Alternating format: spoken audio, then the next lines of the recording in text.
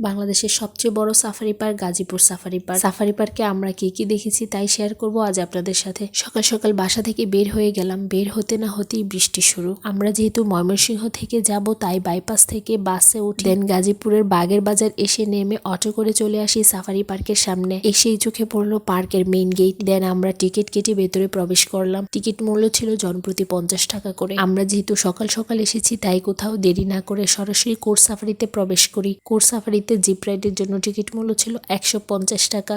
সকাল সকাল চলে আসায় আমাদের কোনো প্রকার লাইনে দাঁড়াতে হয়নি। আপনারা চেষ্টা করবেন সকালে চলে আসতে, না হয় অনেক রাশ হয়, জিপ রাইডের জন্য সিরিয়ালে পড়তে হয়। ফার্স্টলি আমরা দেখতে পেলাম জিব্রা, খুব কাছেই ছিল। সাদা কালো ডোরাকাটা জিব্রা দেখে ইনায়েত খুবই এক্সাইটেড।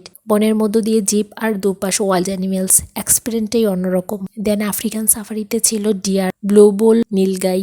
এই নীলগাই আমি আগে কখনো দেখিনি। দেন আমরা চলে আসি ভালুক সাফারিতে। এখানে বেশ কিছু ভালুক দেখতে পেলাম। ইনায়েত তো অ্যানিমেলস দেখতে পেয়ে খুবই এনজয় করছে। একটু সামনে যেতেই লায়ন, দুজন বসে হয়তো মনের সুখ দুঃখের গল্প করছে। দেন টাইগার, এখানেও দুটি টাইগারের দেখা মিলল। জিপ রাইড এখানেই সমাপ্তি, আমাদের আগের প্লেসে নামিয়ে দেওয়া হয়। কোর্স সাফারি থেকে বের হতেই আমার ছোট বোন কল করেছে, সে চলে এসেছে। ওর আসতে একটু লেট হয়, ও তো নরসিংদী থেকে এসেছে, আমাদের সাথে আসেনি, তাই একটুর জন্য জিপ রাইড মিস করেছে। নেক্সট আমরা প্রবেশ করি সাফারি কিংডমে। গেট পাস করতে না করতেই দেখি আবার টিকিট কাউন্টার। এখানে টিকিট মূল্য ছিল 20 টাকা। এটা ছিল বার্ড জোন, বিভিন্ন প্রজাতির বার্ড ছিল এখানে। কিন্তু এই প্লেসটা আমার খুবই বিরক্তকর লেগেছে। আমরা প্রবেশ করি একুরিয়াম গ্যালারিতে। এখানে ডিফারেন্ট টাইপের ফিশ ছিল। পার্কটা এতটাই বড়, এতটুকু ঘুরেই আমাদের টায়ার্ড লাগছিল। শুধু মনে হচ্ছিল বিজয়পুর চিনামাটির পাহাড়ে উঠেও আমাদের এতটা কষ্ট হয়নি। যাই হোক, আমরা এই প্লেসটাতে বসে রেস্ট নেই। আমি আর এনার্জি পাচ্ছি না নেক্সট প্লেসে যাওয়ার জন্য, তাই আমি আর যাইনি। বাকিরা ময়ূর সোয়ান দেখার জন্য যাচ্ছে। আমি এই প্লেসটাতে 40 মিনিটসের মতো বসেছিলাম। আশেপাশে যে কত কিছু দেখতে পেয়েছি,